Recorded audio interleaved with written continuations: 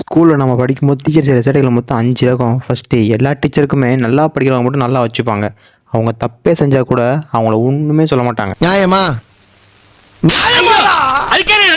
ரெண்டாவது, எல்லா டீச்சருக்குமே நல்லா படிக்காதவங்கள பார்த்தாலே வயிறெல்லாம் எரியும்.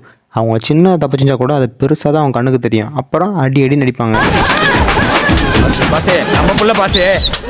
மூணாவது, சில டீச்சர்கிட்ட நம்ம ரொம்பவே ஜாக்கிரதையாக இருக்கணும். இவங்களால மற்ற டீச்சருங்கள் தான் அவமானம். இவங்களால பெண்களுக்கு ரொம்பவே ஆபத்து இருக்கு.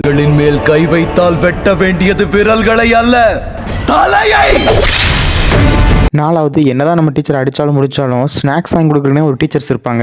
ஸ்பெஷல் கிளாஸ் அப்போ, அப்படி ஈவினிங் ஸ்டடி அப்போல்லாம் நமக்கு ஸ்நாக்ஸ் சாப்பிட்றது நமக்கு வேலையே, படிக்கிறது வேலையே கிடையாது.